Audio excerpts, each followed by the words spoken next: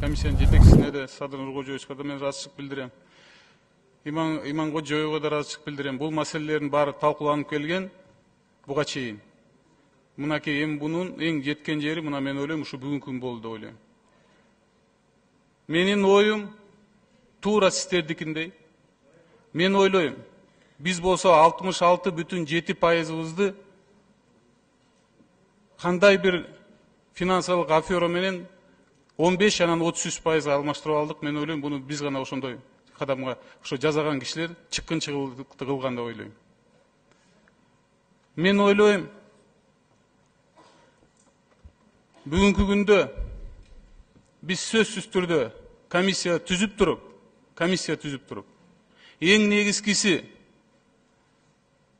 международдук экологический компанияларды чакырып туруп, аны керек болсо бюджеттен каржылап туруп, бул компаниянын экология жагынан карап туруп, биз ошонун жагынан штраф кылып туруп, ошонун аркасынан биз пакетибизди көбөйтсөк, бул мүмкүнчүлүк берет бизге.